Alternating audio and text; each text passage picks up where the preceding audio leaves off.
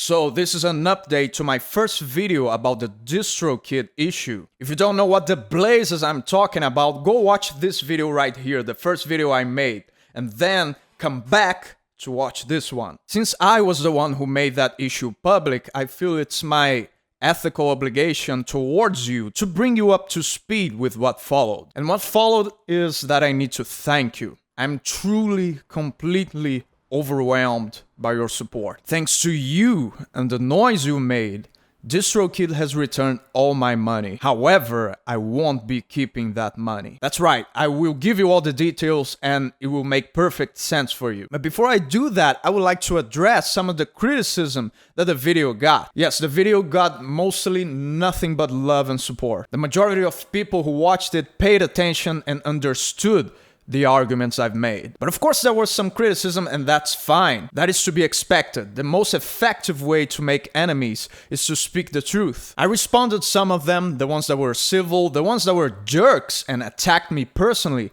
I completely ignored. Because you know what we don't do over here. We don't mind the wimps. But all the criticism that I saw, no exception, was derived from the following assumption. It was legal, so it is okay. And that is a very unfortunate assumption, to say the least, because it shows that those people watched my video very poorly, since in the video itself I said this. And some people tell me I should be careful and not use words like theft or stealing. Imagine someone owes you money and they mail that money to you. The mailman opens the envelope and takes 1/3 of the money. When you take money that doesn't belong to you and you keep it from its owner against his will, I'm sorry, this is called theft by definition. I don't care if it's legal stealing, it is stealing. Can you repeat the part of the stuff where you said all about the things? I don't care if it's legal stealing, it is stealing. The belief that it's legal, so it's okay, derives from a sadly common epistemological fallacy. A fallacy that is very dangerous. And when I say dangerous, I mean Mao's China dangerous, Hitler's Germany dangerous, the Soviet Union's gulags dangerous. It is the idea that legality equals morality. Therefore, what is legal, it's moral, and what is illegal, it's immoral. That is of course appalling, and it couldn't be further from reality. And I honestly have trouble trying to think of something more evil than this idea. It's unfortunate because it's actually something easily debunked. You can just remember that it was actually perfectly legal to own human beings as your property once. The state and the law are not capable of creating morality. Morality is comprised of self-evident principles that cannot be created, only recognized. To say the contrary would be the same as saying that Isaac Newton created gravity, and if he wouldn't, gravity could suddenly start pulling us up instead of down. That of course would be an insane proposition, just as saying that the state can create moral obligations. So no, being legal doesn't make it right. Thousands of small independent musicians around the world had their private property forcefully kept from them. That is the definition of theft. There's no way around it. I don't care what gang you're acting as a henchman of. If it is the Sicilian Mafia or the IRS, it doesn't change the nature of the fact. And you can make all the semantic maneuvers you want to try to get around it. You won't be able to. It fills my heart with actual hope for humanity that most people understand that simple and obvious reasoning. Now with that out of the way, let's talk about the actual state of affairs following the video I made. So I released the video, you watched it, you understood it, and you shared the word. And together we made a lot of noise. As you know, I tried everything in my power to try to resolve this issue with DistroKid before making that video. And I was very poorly treated, as most people who email DistroKid support staff are, from what I heard. But something I failed to mention in my video is that weeks before I filmed it, I actually tried to contact the owner of DistroKid himself. I did some research, I found out his email, and I wrote a polite message explaining everything and asking for help. I got only silence. I also messaged his personal social medias and got only crickets.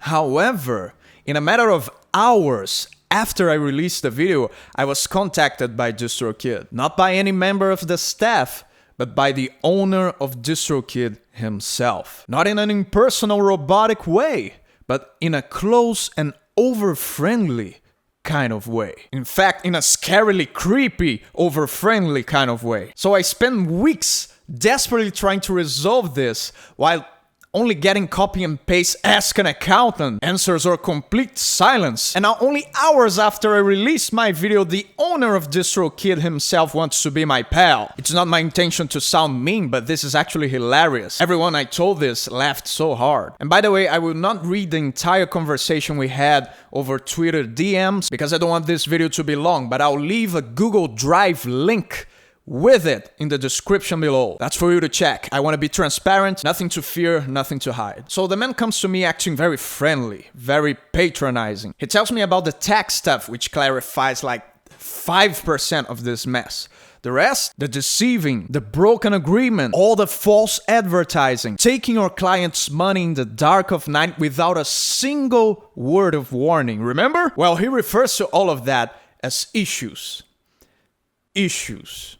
So he tells me that as a thanks for me helping them with the issues, he would personally send me the money that was taken. And he made very clear in his messages that this is not DistroKid actually returning my money. He didn't acknowledge in any moment that they messed up. Instead, this money is a personal gift out of the goodness of their hearts. You see what they're doing here. So I sent my reply, which I encourage you to read, link in the description, expanding on my video's arguments that yes, regardless of legal legitimacy, what they did was dishonest, and they are directly responsible for hurting the livelihoods of thousands of small musicians across the world without a single word of warning. That message was completely ignored. So other people who also had their money taken have been desperately reaching out to me to know how they can get their money back too. And I'm very sorry to say that you probably won't. The reason, and the only reason,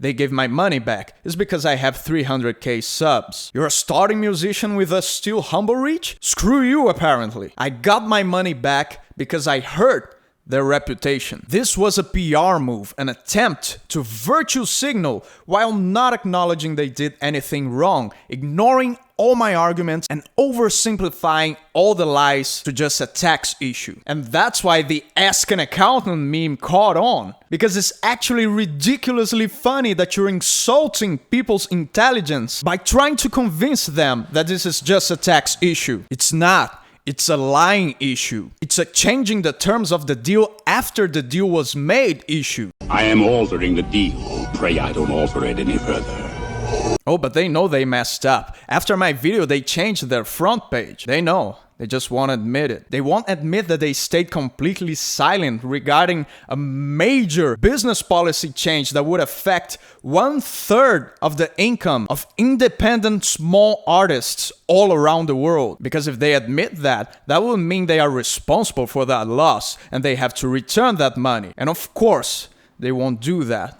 And I'm sorry for it. For that reason, I decided I won't keep the money they returned me. And I want to make very clear here that it's not immoral in any way of me to keep my money. Not even close. I got money stolen from me. The person responsible is paying me back. However, I don't want to be complicit with this PR move while they get away with doing this to you. So that must mean I will give the money back to DistroKid, right? Wrong! Of course not. There's a local foundation here in my town called Ricardo Moisés Jr. Foundation. They pay for cancer treatment for kids with families that cannot afford it. They also do a bunch of stuff to make the treatment more bearable. They have activities, events, they give the children toys, video games. I went to visit there a few days ago. The place is legit. It's amazing. I'm giving that money to them to take this opportunity to turn evil into good. Virtue signaling is one of the most disgusting practices on the internet today, and that's not what this is about. I'm only telling you this because I want you to know that it was you who did this. The credit is yours. I just created the noise. You were the ones who amplified it. And you are the only reason that money was given back to me. That donation is in your name. Thank you. As you know, I'm all about giving you power, that being with music, with a little bit of a laugh, and sometimes with a little bit of truth, so you can have yourself an epic day. Stay safe out there.